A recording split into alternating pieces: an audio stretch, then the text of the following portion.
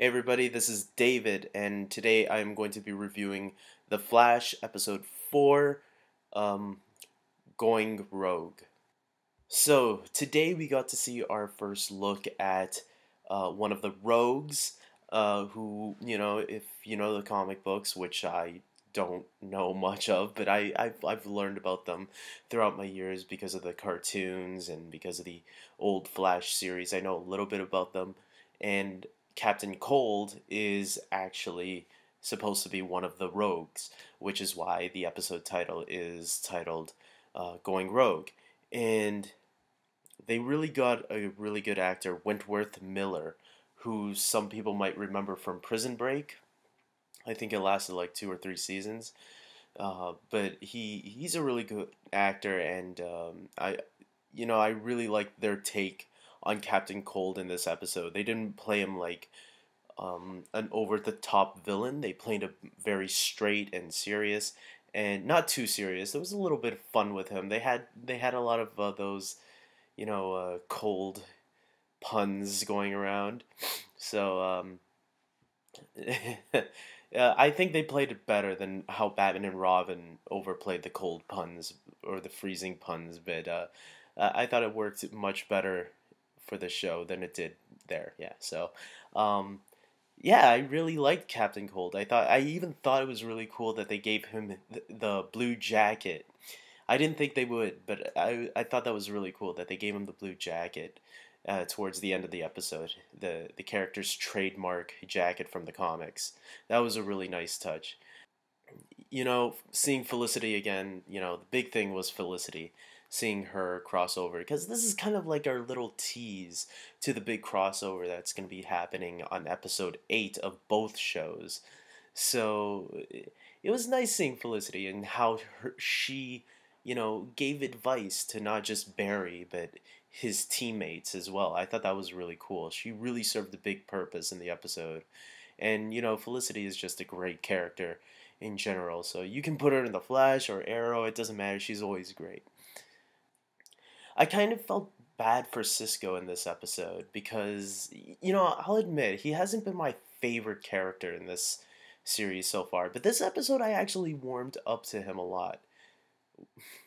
Warmed, cool, whatever. Get it?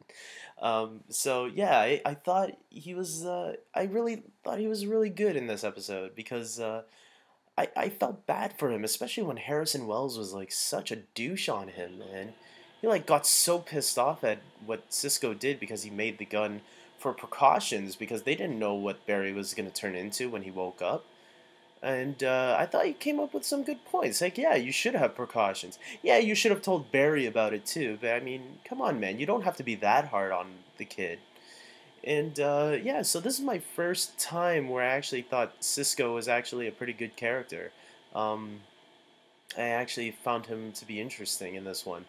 And hopefully that's going to continue on because I don't like it when I watch a show and I like a lot of the other characters, but there's one that's bugging me a little bit. Like Arrow, we Laurel can be a pain in the ass once in a while. But thankfully on this show so far, now with this episode, it looks like I'm enjoying all the characters. So that's really good.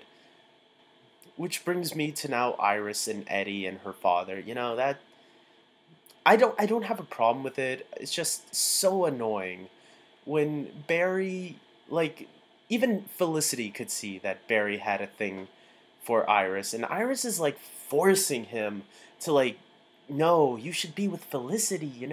Like, she's giving him advice to go with Felicity. It's like she doesn't even see what's right in front of her. And I feel like bitch slapping her because it's like, what's wrong with you? This guy clearly has the hots for you. And more than, Felicity, who I would take in a heartbeat. And it annoys me when, and this is like so much. I feel like Iris does not even like Barry at all, and all of this what Barry's going through is for nothing, and he should just block her on Facebook, block her on Twitter, block her everywhere, and just move on and go to Felicity. I seriously, I'm starting to think that way now because she's so friend zoning him, and it's not fair. Come on, man. Barry got to get laid sometime. I don't know. But anyways, So after all that, we got some really cool action sequences. The CGI in this movie, in the show, sorry, movie. The CGI in the show, really makes me think, man, I can't wait for a Flash movie one day.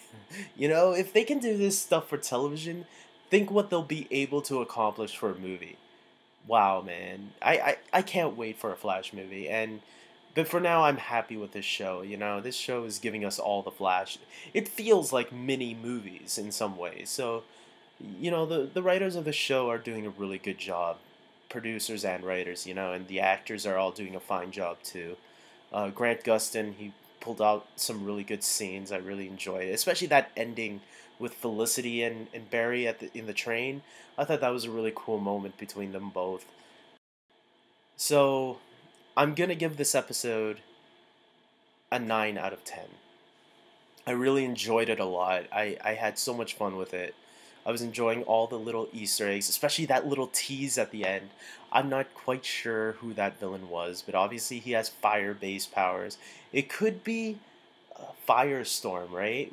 We're supposed to be getting him, but I thought because he was trapped in that the accelerator, I thought maybe he would gain true powers. But I think I remember hearing that there would be another fire-based villain. So I don't know. We're gonna have to wait and see, I guess. But this is exciting me. I can't wait. Like I said, 9 out of 10. Great episode. Can't wait for next week. And tomorrow, Arrow. Don't forget.